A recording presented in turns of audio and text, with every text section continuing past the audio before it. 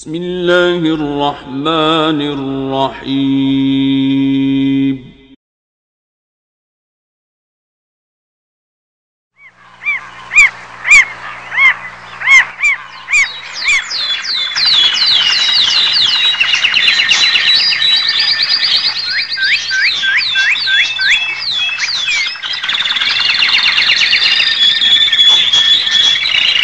فہرست ہے ایمان لانے کے بعد میں، اے میرے بندو ان سے پرہیز کرنا، اس سے پرہیز کرنا، اس سے پرہیز کرنا، اس سے پرہیز کرنا۔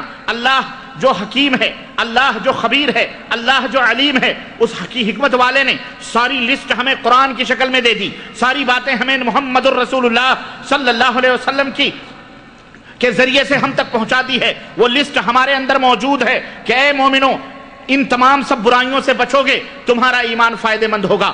ارے ان برائیوں میں تم پڑو گے، جتنا تیزی کے ساتھ برائیوں میں جاؤ گے اتنی تیزی کے ساتھ تمہارا ایمان تمہارے سینے کے ساتھ نکلتا جائے گا، تمہارے دل سے مٹتا جائے گا، تمہارے دل سے مٹتا جائے گا۔ لیکن جتنا ہی تم پرہیز کرو گے تمہارا دل اتنا ہی آئینہ بنتا جائے گا، تمہارا دل اتنا ہی روشن بنتا جائے گا، تمہارا سینہ اتنا ہی جو ہے تمہارا سینہ اتنا ہی منور و مجلہ ہوگا، اتنا ہی صاف و ستھرا ہوتا جائے گا۔ تو تقوی اور پرہیزگاری، آج ہم مومن ہیں، کلمہ پڑھتے ہیں، مسلمان ہیں، لیکن اتقوا اللہ کے اوپر عمل نہیں ہے، پرہیزگار نہیں ہیں۔ ہم مومن ہیں، زنا کرتے ہیں، مومن ہیں، شراب پیتے ہیں، مومن ہیں، ہمارے کھانوں کے اندر حرام کی ملاوٹیں ہیں، چغلی کرتے ہیں، شرک کرتے ہیں، بدعات کرتے ہیں، خرافات کرتے ہیں، ایک دوسرے کی غیبتیں کرتے ہیں، ایک دوسرے حرام سے نہیں بچتے۔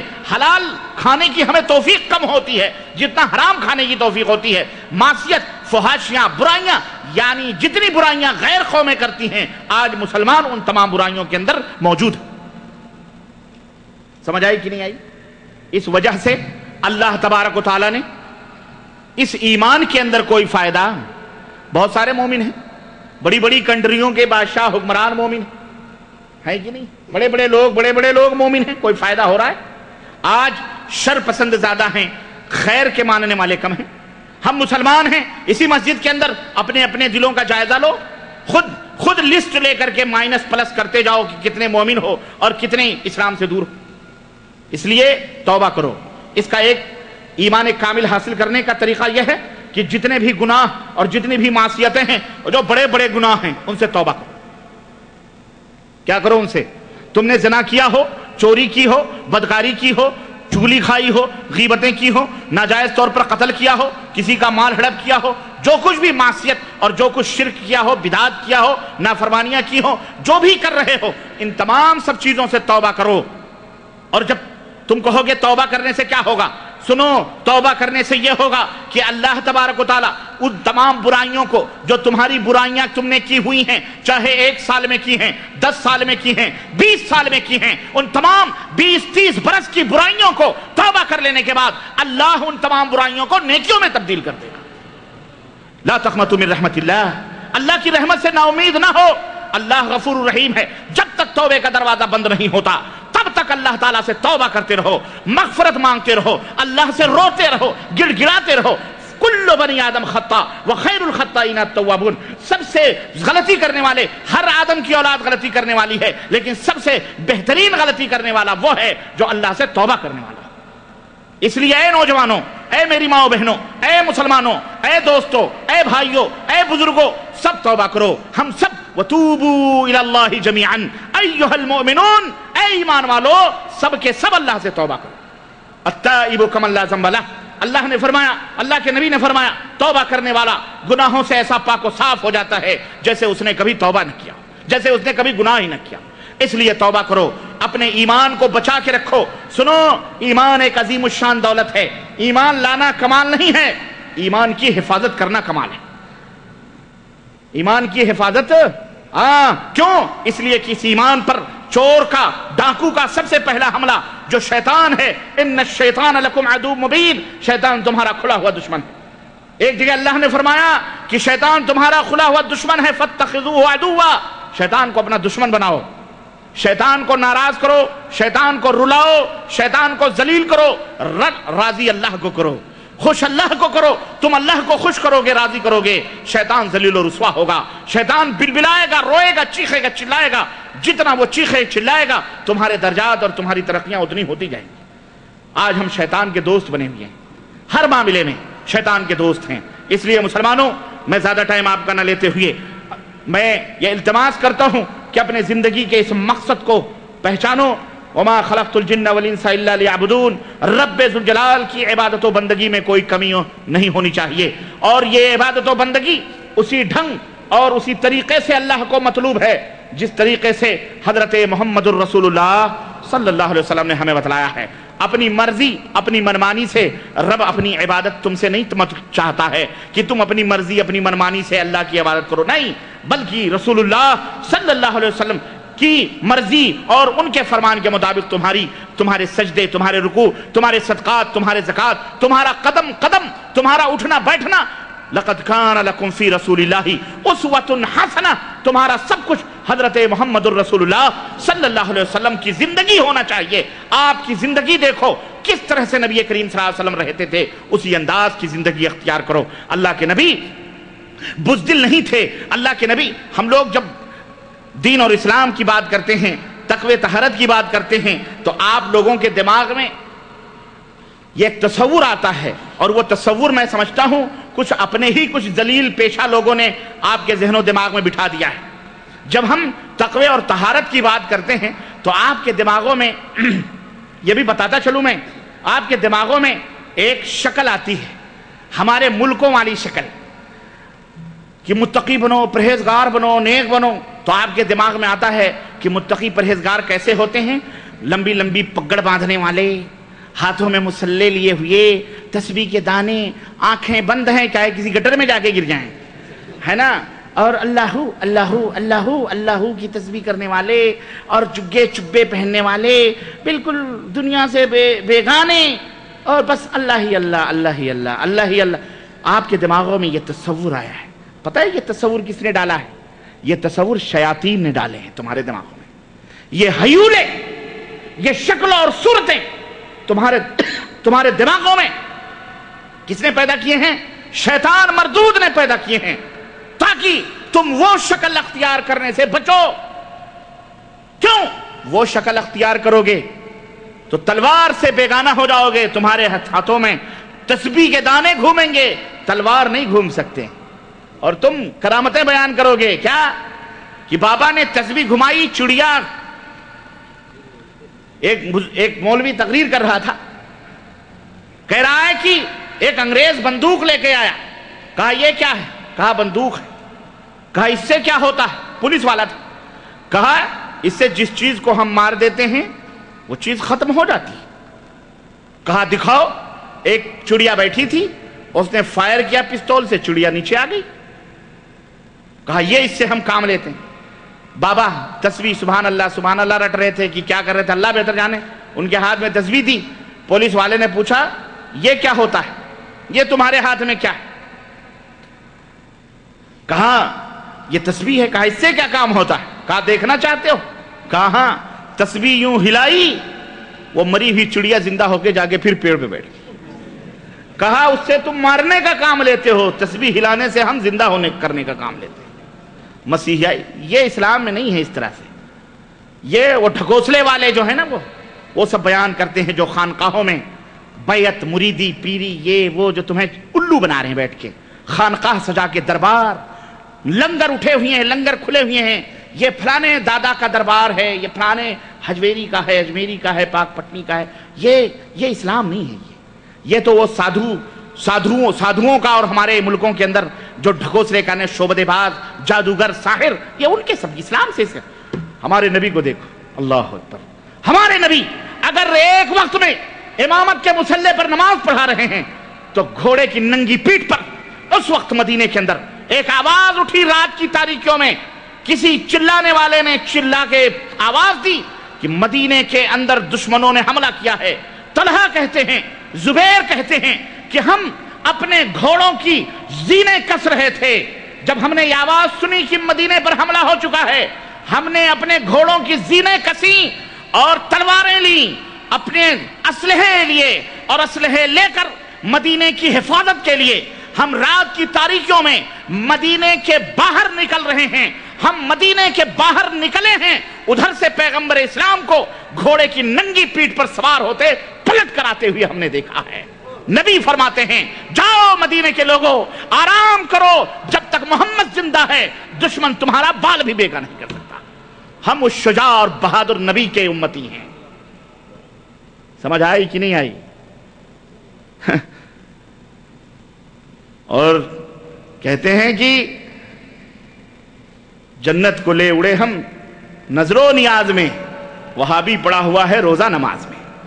پتا چلے گا جب آنکھیں بند ہوں گی، ہاں جب آنکھیں بند ہوں گی تب پتا چلے گا حق اور باطل کا فیصلہ ہوگا۔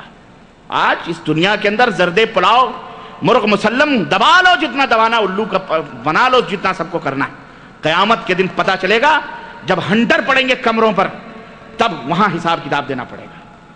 سمجھ آئی کہ نہیں آئی؟ ہاں اس لیے اللہ سے ڈرو، تقوی اختیار کرو، جتنی بھی ممنوعہ چیزیں ہیں ان سے پرہیز کرو، شجاع بنو، بہادر بنو، اپنے بچوں کو بہادر بناؤ، بزدلی نہ سکھاؤ،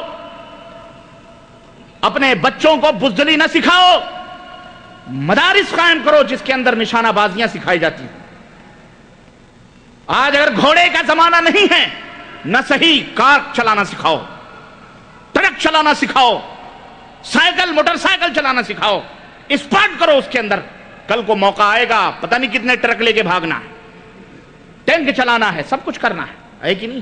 یہ تو تمہاری دسترس میں ہے کہ نہیں؟ بڑے آسانی کے ساتھ ہم کہہ دیتے ہیں صحابہ کرام تلوار چلاتے تھے، اللہ کی قسم میں کہتا ہوں مغلیہ سلطنت کی تلوار اگر آج ہم تم کو اٹھانے کے لیے کہہ دیں یا خود بھی اٹھا نہیں سکتے، چلانا تو بڑی دور کی بات ہے، خود ہی اپنے پیر کاٹ لیں گے،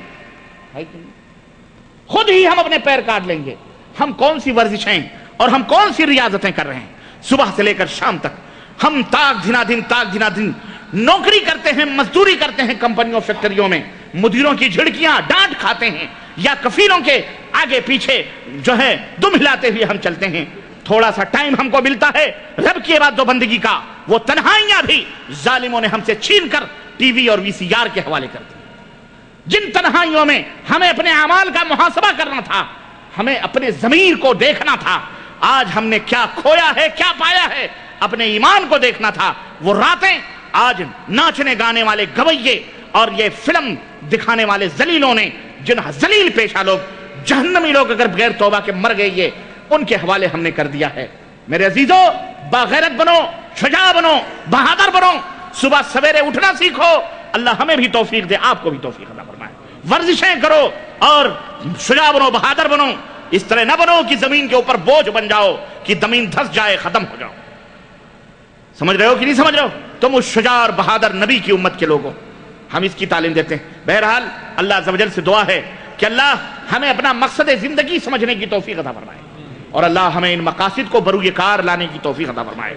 امر بالمعروف نہی عن المنکر، یہ کرنے کی ہمیں توفیق عطا فرمائے، خواہ ہمارا بیٹا ہو، باپ ہو، بھائی ہو، بیوی ہو، جہاں کہیں بھی ہو۔ دو باتیں میں نے چھوڑ دی تھی، وہ دو باتیں میں بتا کے رخصت ہو رہا ہوں۔ ایک تو وہ حضرت حسن بصری کی وہ تعلیمات کے بارے میں بتا رہا تھا، وہ کہتے ہیں کہ جب بھی اللہ کی معصیتیں ہوئی ہیں ہم نے تین چیزوں میں ان کے علامات کو دیکھا ہے، اور اپنے ایمان کو ٹٹولا ہے، اپنے اعمال کو دیکھا ہے کہ کہاں ہم سے غلطی ہوئی ہے۔ تین چیزوں میں اس کی نشانیاں ظاہر ہوتی ہیں۔ نمبر ایک، جب تم معصیت کرو گے، گنہگار بنو گے یا کوئی جرم کرو گے تو اس کی علامتیں تین چیزوں میں نظر آتی ہیں۔ نمبر ایک، تمہاری بیوی میں۔ کہتے ہیں کہ جب کسی حکم کو بیوی انکار کر دیتی یا اصرار کے بعد بھی نہیں کرتی تو میں اپنے اعمال کو دیکھتا تھا کہ کہیں ایسا تو نہیں کہ آج میں نے اللہ کی کوئی نافرمانی کی ہو، یہ کیوں نہیں مان رہی؟ بہت جھگڑے کرتے ہو تم، میری بیوی فرما بردار نہیں، میری بیوی حکم نہیں مانتی، وفادار نہیں ہے۔ لوگوں ارے تم اللہ کے وفادار بنو، اللہ جانوروں کو تمہارا وفادار بنا دے گا، چہ جائے گی انسانوں کو۔ ہم وفاداری نہیں کرتے، ہم خود رب کے وفادار نہیں ہیں اور بیوی سے وفاداری کی امید کرتے ہیں۔ تو حضرت حسن بصری کہتے ہیں بیوی نافرمان، اس کے اندر جب نافرمانی کرتی تھی ہم فوراً اپنے اعمال کو ٹٹولتے تھے۔ نمبر دو، غلاموں کے اندر دیکھ، غلاموں کی نافرمانی، جو غلام ہوتے تھے، یہ نوکر نہیں، امپلائی جو یہ آج ہم اور آپ نوکری کرتے ہیں یہ مقصود نہیں، یہ ہم غلام نہیں ہیں، معاف کرنا، یہ غلامی بولو یہ آجر ہیں، ہم اجرت دیتے ہیں تو ہم کام کرتے ہیں، وہ غلام الگ ہوتے تھے۔ غلام اس کی نافرمانی کو ہم دیکھتے تھے تو ہم اپنے اعمال کا جائزہ لیتے تھے، کہیں ہم نے حرام تو نہیں کیا ہے۔ اور نمبر 3، اپنی سواریوں کے بگاڑ، جب ہماری سواریاں بگڑتی تھیں تب ہم اپنے اعمال کا جائزہ لیتے تھے کہ کہیں ایسا تو نہیں کہ کہیں کچھ غلط سلط ہوا ہے ہماری کمائی میں، ہمارے کھانے۔ اور آج بھی اگر ایمان تازہ ہے اور اس طرح کی نافرمانیاں آپ کے سامنے آئیں، جائزہ لو، کہیں نہ کہیں فالٹ ضرور نظر آئے گا، ہمارے اپنے اعمال کے اندر فالٹ نظر آئے گا۔ سمجھ آئی کہ نہیں آئی؟ تو اللہ تعالیٰ قیامت کے دن اس وقت تک نمبر 2، قیامت تک اس وقت تک تمہارے قدم نہیں اٹھیں گے اپنی جگہ سے جب تک 4 چیزوں کے بارے میں جواب نہ دے لو۔ عمر کے بارے میں کہ تو تمہیں عمر ملی تھی، تم نے کہاں گوائی۔ نمبر 2، تمہارے مال کے بارے میں، کہاں سے تو نے کمایا، کہاں خرچ کیا۔ نمبر 3، علم کے بارے میں کہ وہ علم جو تم نے حاصل کیا اس علم پر عمل کتنا کیا۔ اور علم وہ علم نہیں، علم وہ جو قرآن اور سنت کا علم ہے۔ سمجھ رہے ہیں نا؟ اللہ تبارک تعالیٰ پوچھے گا کہ وہ علم تم نے کہاں گنوایا، کہاں خرچ کیا ہے۔ تو یہ چند باتیں تھیں جو ہم نے آپ سے عرض کریں۔ اللہ عز و جل کہنے اور سننے سے زیادہ ہم سب کو عمل کی توفیق عطا فرمائے۔ اللہ تعالیٰ ہمارے ایمان کو تر و تازہ رکھے اور ہمیں ہمارے ایمان کو جائز صاف اور ستھرا بنائے، اور شیطان کی تمام علائشوں اور گندگیوں سے اللہ تعالیٰ ہمارے ایمان کو پاک و صاف رکھے۔ آمین یا رب العالمین۔ وصلی اللہ علی نبینا محمد وعلی آلہ وصحبہ اجمعین۔ والسلام علیکم ورحمۃ اللہ وبرکاتہ۔ جزاکم اللہ خیر، احسن جزا۔ حضرات، ابھی ہم نے حضرت شیخ معراج ربانی حفظ اللہ کو سماعت فرمایا انسان کی تخلیق کے عنوان پر۔ اللہ رب العالمین سے دعا ہے کہ وہ ہم سب کو ہماری تخلیق کے مقصد کو سمجھنے اور اس پر عمل کرنے کی توفیق عطا فرمائے۔ ہم حضرت شیخ کے بے حد شکر گزار ہیں کہ ہماری دعوت پر یہاں ریاض سے تشریف لائے ہیں حضرت شیخ۔ اللہ رب العالمین حضرت شیخ کی حفاظت فرمائے اور امن و سلامتی کے ساتھ اپنے اہل و عیال کو واپس لوٹائے۔ آپ سب کے بھی شکر گزار ہیں۔ جو حضرات کھڑے ہو رہے ہیں وہ براہ کرم بیٹھے ہیں، ابھی سوال و جواب کی نشست کا آغاز ہونے والا ہے۔ اور جو خواتین بیٹھی ہوئی ہیں اوپر، وہ سوال و جواب کی نشست کے بعد واپس چلی جائیں، اپنے پہلے چلی جائیں تو سوال و جواب کیسے سنیں گی بھائی؟ دوسرے کمرے میں چلی جائیں گی تو وہاں آواز آتی ہے۔ باہر سوال و جواب کی نشست کے بعد جائیں تو بہتر رہے گا۔